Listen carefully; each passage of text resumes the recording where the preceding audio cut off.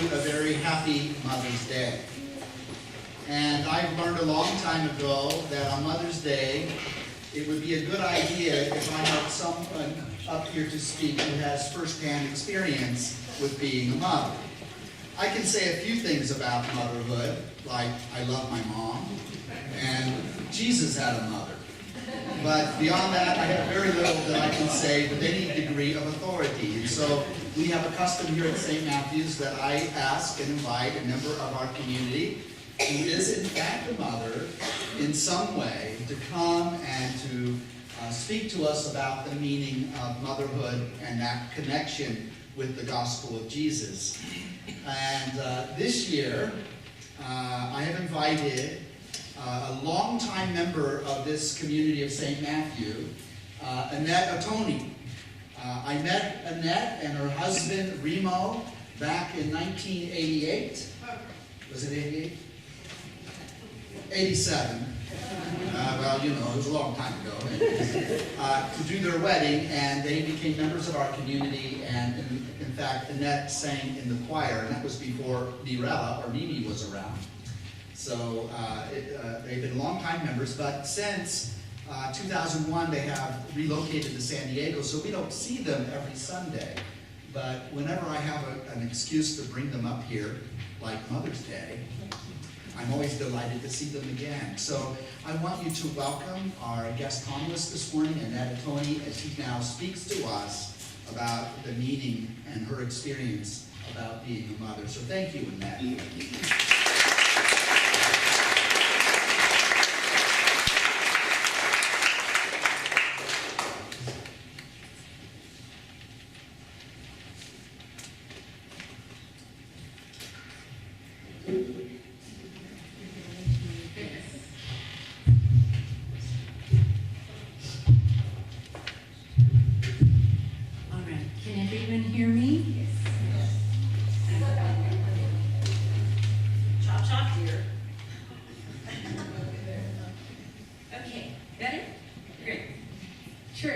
Is a great place to give thanks and seek forgiveness, so I'm going to do both. My name is Annette, and I thank you for sharing the next moments of your life with me. It is such an honor to speak in this house. Please forgive me if I read some of this to you, but I want to make sure that I say everything that I came here to. Today, we celebrate all women who have had the occasion to protect, love, and wish good things for our children.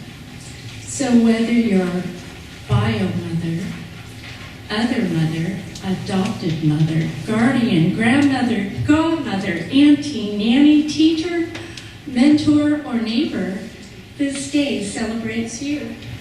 Happy Mother's Day. I'm going to share two things with you. One, how we found St. Matthew Church, and two, my coming out story.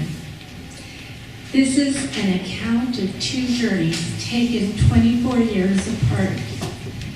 Two journeys fraught with conflict and resolution thereof. Two journeys in which the power of love is love prevailed. I learned, I'm on my toes, I'm going to come down. I don't want to touch that either. I learned of St. Matthew Church from a bridal fair ad in 1987 when my fiancé Remo and I were planning our wedding.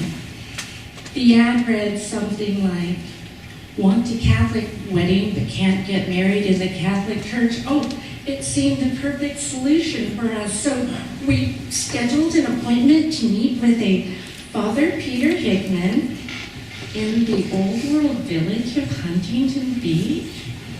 It was an odd setting, to be sure, but we met with him anyway, and we liked what we heard in that Get to Know You interview. We also were told that we would be required to attend a couple of services just to make sure we knew what we were getting into. So we did, and the The services were welcoming, familiar, and relevant. In those humble beginnings, Father Peter even played guitar and sang. We were really small. Kind of like that I Love Lucy episode where the guy is wearing all the hats. He's the conductor, the hotel person, the everything. Anyway, he was so nice that this little church in the Old World Village immediately felt like home. Not only did Remo and I want this priest to perform our wedding ceremony, but we wanted to become members of St. Matthew Old Catholic Church. Professionally, he became our priest, and personally, he became our good friend. In those first visits, we learned a few things. Father Peter had a son named Nathan and a wife named Angela. Statements that always prompted my very Roman Catholic mother into asking, what kind of Catholic church is this in? Initially, I answered her questions as best I could, but eventually got tired of the same question over and over. So I handed her the blue pamphlet. Catherine, I know you know what that blue pamphlet is. It explained all things St. Matthew. And guess what? After a considerable amount of time, prayer, and reflection, my very Roman Catholic mother passed her wedding band, which was also my grandmother's, on to me. She had 4 daughters to choose from, but she chose our ceremony with Father Peter to be the one that would forever link my family's past to what would be my family's future. She passed that ring on to me because not only did she have faith in my marriage to Reno, she also had faith in the ability of this humble, welcoming church, St. Matthew, married priest and all. Some of my favorite things about our wedding day are the readings from Paul's first letter to the Corinthians on love. Father Peter talking about the children we might have one day, and the image of Father Peter dancing to Billy Idol's White Wedding.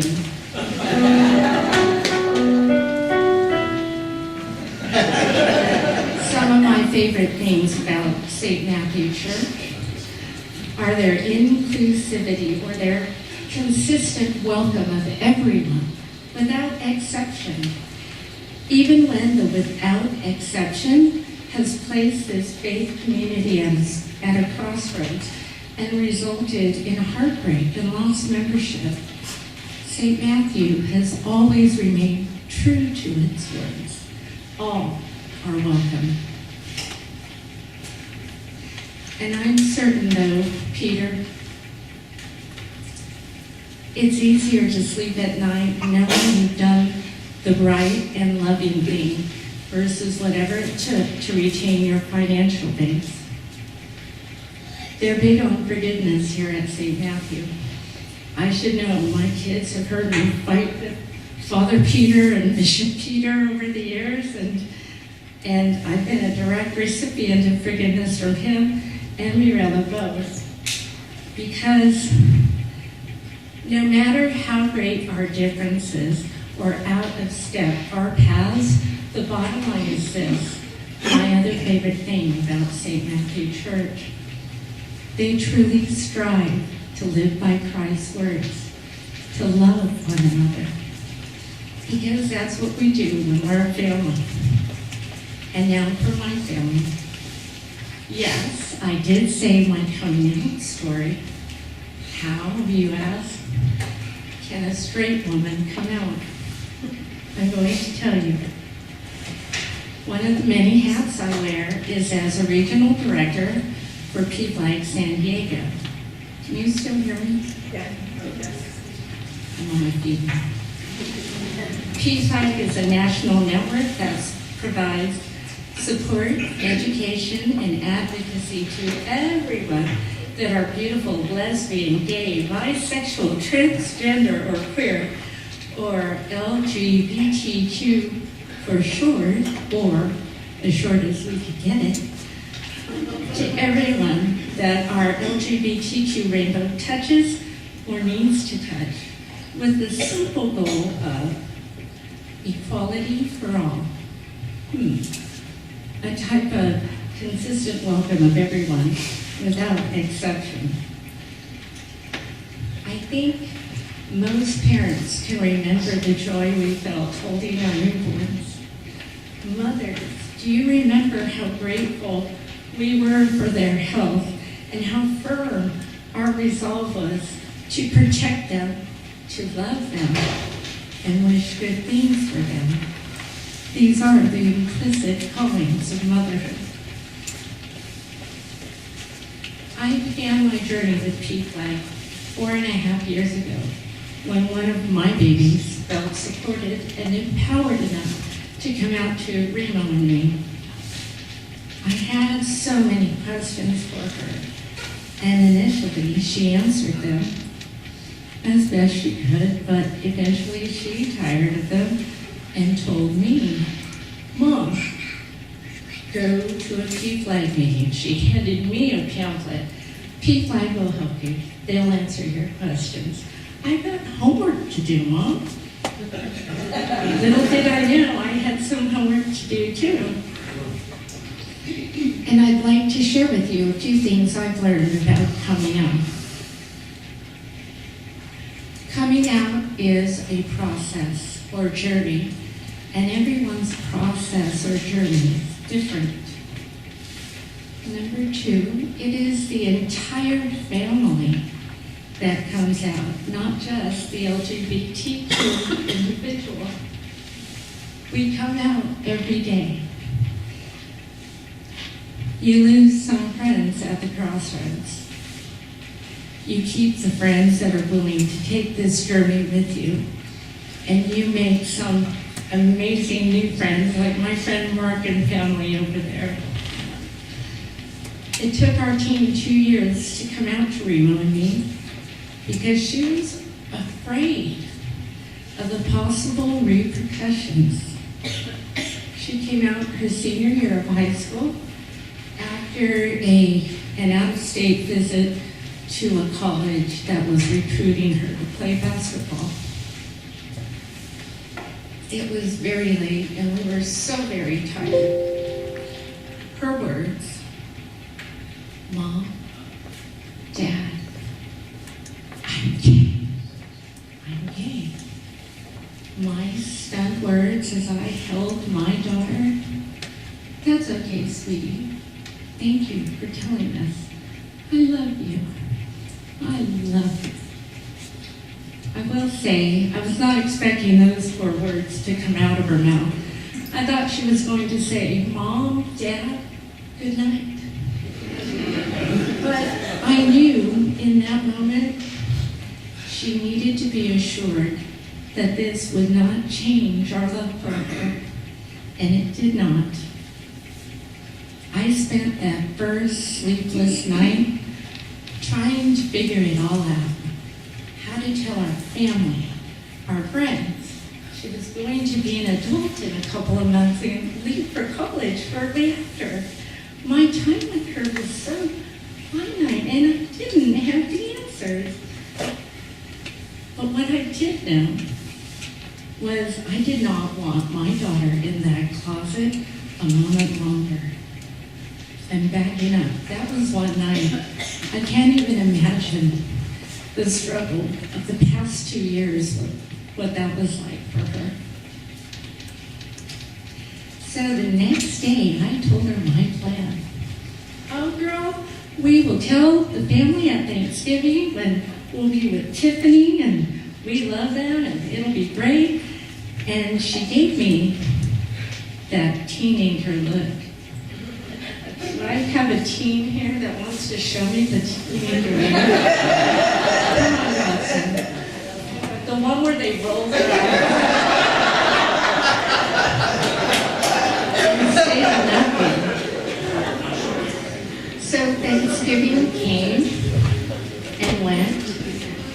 didn't come out. She chickened out, I thought. And the same thing happened at Christmas and her going away party.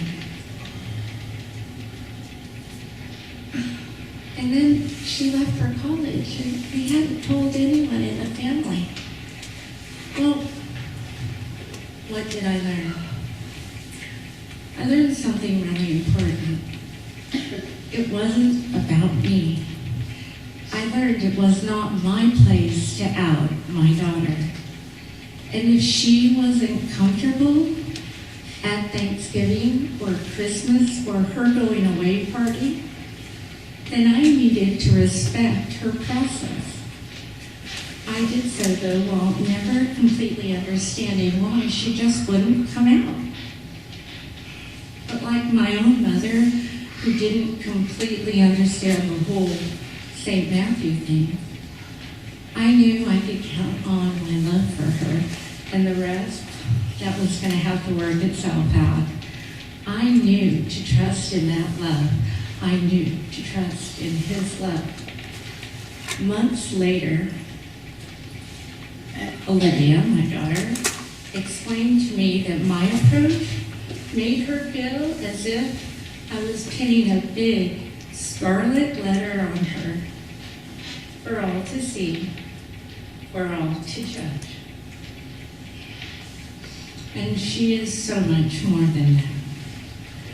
She also explained to me that I never held a sit-down with the extended family to tell them my other two kids are straight. So in fairness, this shouldn't be any different.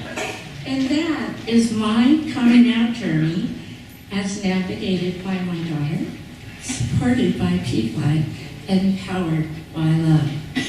And I have an epilogue for you. In February, that teen turned 22. Later this month, she'll graduate from that Midwestern college that recruited her 4.5 years ago with a BS in chemical engineering. And in that 4.5 years, I remembered the implicit callings of motherhood. I remembered to protect her. It's very easy to love her, and I will always wish good things for her, as I do all of our kids.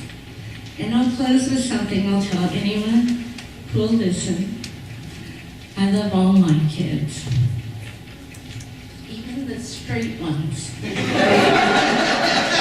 So thank you, St. Matthew Church, and happy Mother's Day to all the women in this room who have had the much appreciated occasion to protect, to love, and wish, oh, I just looked at my daughter, and wish good things for our children.